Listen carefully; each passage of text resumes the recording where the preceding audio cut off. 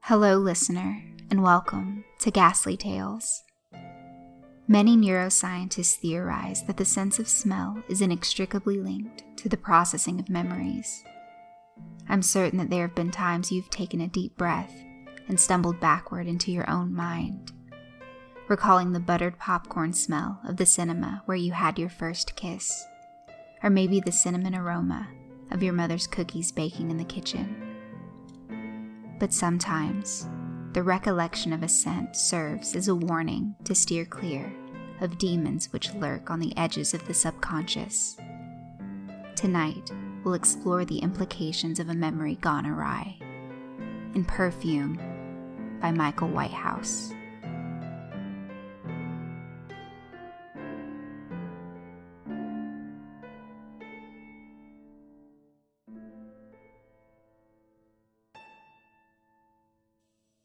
The perfume haunted me. It fluttered through the air, teasing me, leading me towards an obscured end. I ran down hallways bathed in red tapestries, my nightgown shuddering in the cold. Moonlight showed me the way as I searched for the perfume's source. Around blind corners, through doorways of solid oak, into rooms once filled with laughter and terrible deeds. With each step, the scent grew stronger. Roses, a sting of ginger and citrus, never quite putting my finger on the familiarity of it all. And then I entered a chamber, an old room which differed from the rest. One solitary candle sat by a large four-poster bed. The light cascaded out, revealing a room dark and brooding. The floor was cold, the wood warped slightly, my bare feet losing what little heat they once held. A huge fireplace lay opposite the bed, unlit, devoid of life. And above it, a large portrait dominated the room. In the painting, a woman sat, wearing a dark green dress of many decades past. Her hair was pulled tightly in a bun, her pale skin like languid pearl, and her eyes cold and cruel, with dispassion. Those eyes seemed to watch, following me as I wandered around the bed until I stood at its foot. A once rich, now faded crimson blanket covered the mattress, and as the candlelight struggled against an unseen draft, it became clear that someone lay in the bed. I could not see the face of this person. The body was covered from head to foot by the red blanket, shrouded by it. The sight of that cloth outline struck fear into my heart. I dared not remove the blanket, uncertain that my nerves could endure the shock. Again, I was stung by the familiarity of it all, a memory hiding in the shadows just out of sight, refusing to reveal itself. The pungent rose perfume was stronger than it had been before, as I could feel the spiteful gaze of the portrait behind me, watching proceedings. Then I noticed another scent, something which had festered in that room for years, obscured by the sweetness of the perfume, a foul underbelly. As I stared at the outline of the head and body beneath the blanket, the stench grew. With each breath, I was treated to a mixture of roses and something humid, murky, like soil after a downpour. There was something rotten in that room with me. The rancid smell became so thick that I could taste it. The hidden memory threatened to break loose from its chains. I had to flee, run, be away from that room, that house, out into the open where I could breathe again. I walked quickly to the door where I had entered. It was locked. I twisted at the metal handle, its spherical body covered in dark brown paint. The locked mechanism, entombed in oak, echoed out into distant recesses which taunted me and resisted. I was a prisoner confined to a solitary room, to a place where the sweet air of flowers was mixed with that of death. I pounded on the door, shouted, screamed, but my pleas went unanswered. They simply faded into that lonely house, my family home which I had not visited since I was 7. A place which hid dark recollections and wounds which ran deep, covered thinly by the preceding decades. At last I gave in. I stopped my protests, rested my forehead on the cold wooden surface of the locked door, and tried to compose myself. Then I heard a sound. One at first, followed by 3 others. It was a clicking, creaking noise. I turned around slowly to see what was there, but the room was as it had been. The body in the bed lay still, the blanket forming a perfect impression of it. The bedside candle flickered but remained, and as it did so, shadows danced around the room. They created the illusion of movement, and for a moment I stared at the portrait, the woman's eyes peering out at me from above the darkened fireplace, and it was as if a flicker of recognition fell across the face. I shuddered, believing that it was merely a trick of the light, but still, the face looked on. Then I heard the creaking sound again, a series of quick clicks, like an aching door which had not been opened for an age, slowly moving in the night. But I could not see the source.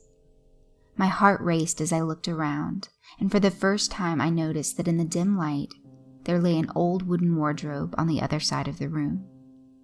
The creaking sounded once more. A frightful unease began to take over as each click sounded. It both puzzled and repulsed me. I turned to the door and twisted the handle as hard as I could, but the reality had not changed. I was locked in that room, with a body rotting under the sheets, and a clicking noise coming from inside the wardrobe. A noise which felt organic, alive somehow, differing itself from the shifting contractions of the wooden floor and beams of the old house. It at once sounded natural, and yet felt unnatural. Another creaking, clicking, and I knew that I had to look at the wardrobe across the room. I was terrified by what I might find, but the anticipation of waiting, just waiting until something threatening emerged from its wooden tomb, was too much to bear.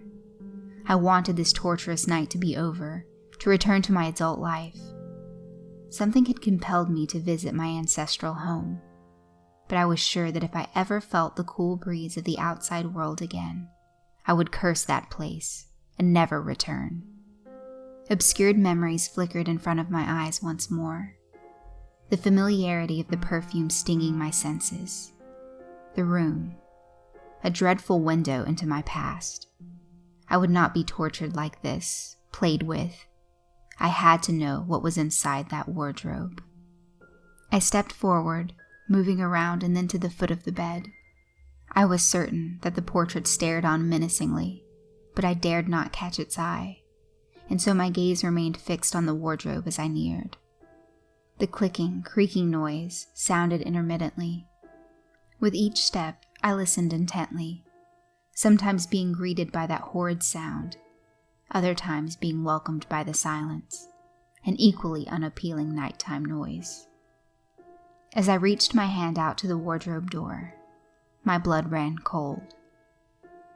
The door moved, if ever so slightly, but it did move. I could see an inch of the darkness inside it, a small slither of black air, and I felt as though a watchful eye was glaring at me from within it. A creak replied to my proximity, this time louder than before, but it took on a new characteristic, like knuckles being clicked, bone and ligament snapping in place, limbs which had not moved for an age breaking free of time's relentless hold. I reached my hand out slowly and pulled the door open with force.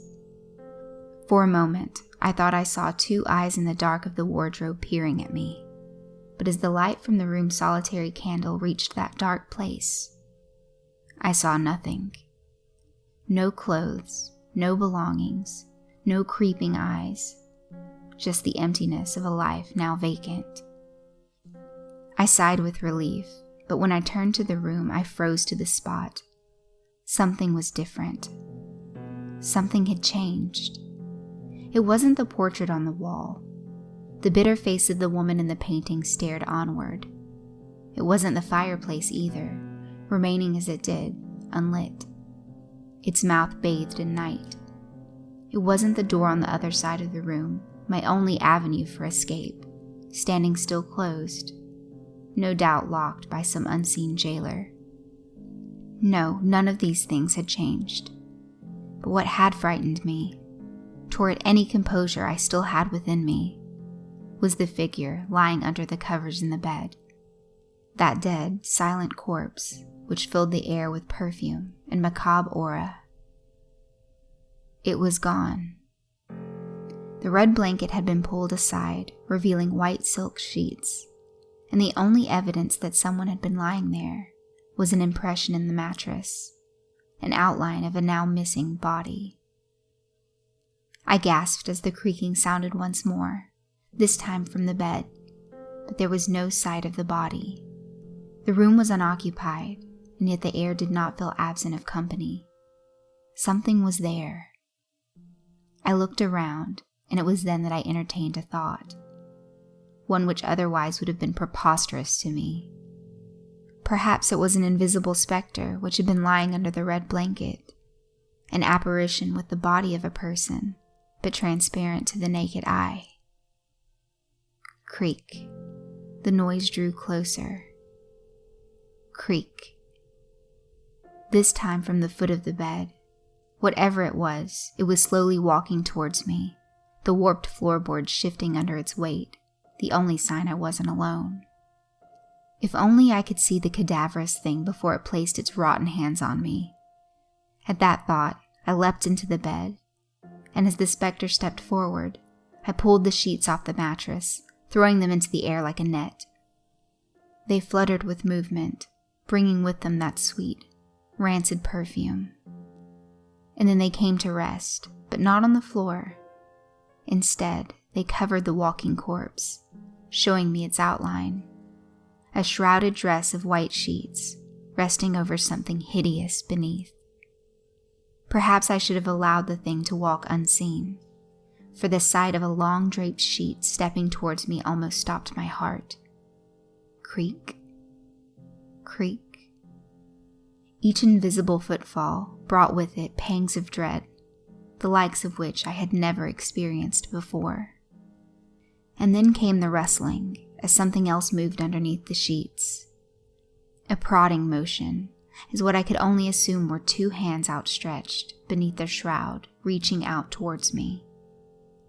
I stumbled backwards, I cried out, and as I did so, the room dimmed. My retreat had led me into the wardrobe. The arms of the shrouded figure were now almost upon me, and my only recourse was to pull the wooden door of the wardrobe towards me, to shelter me from that thing. My newfound sanctuary shook violently as the shrouded specter heaved and pulled at the door. I held on with all my might, my fingers poking out into the room, grasping onto that piece of wood, the only barrier between me and that rotten apparition.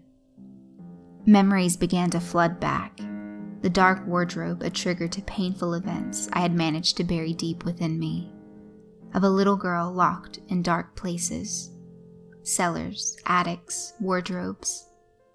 A girl put upon, beaten, mocked, emotionally tortured by her one and only carer. My body convulsed and shivered as the reality of my early childhood filtered through. The attack ceased.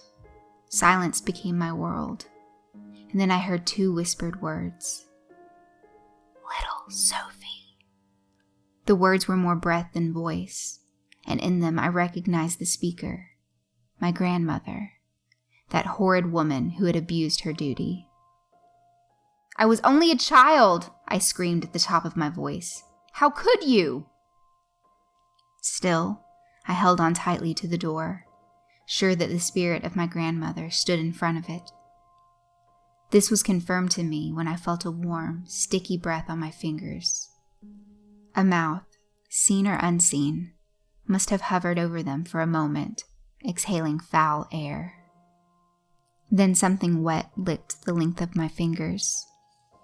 A rotten tongue from beyond.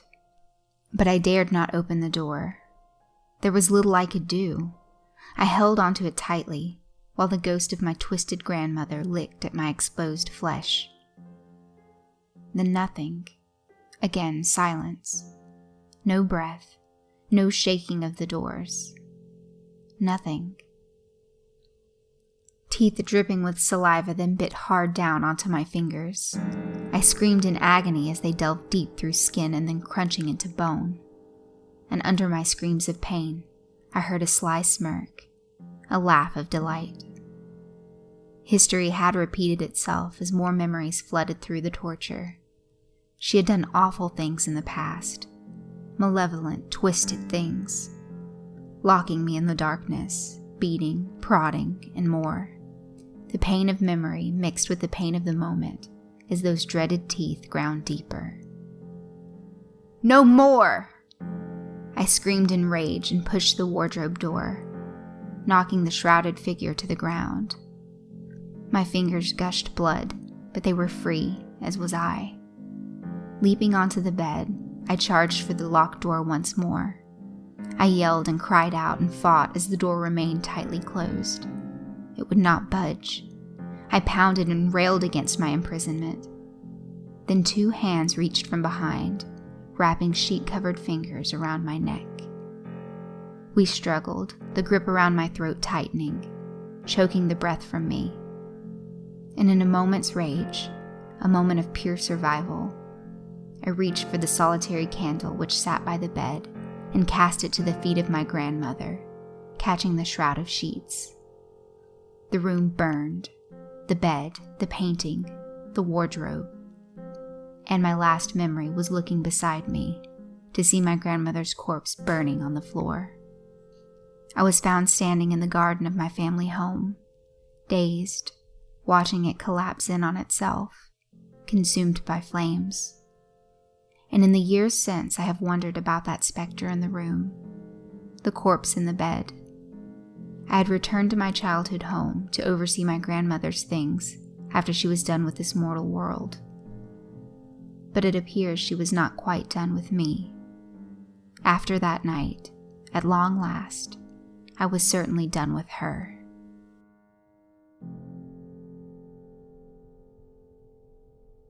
This story definitely puts a new perspective on the phrase, "stop and smell the roses."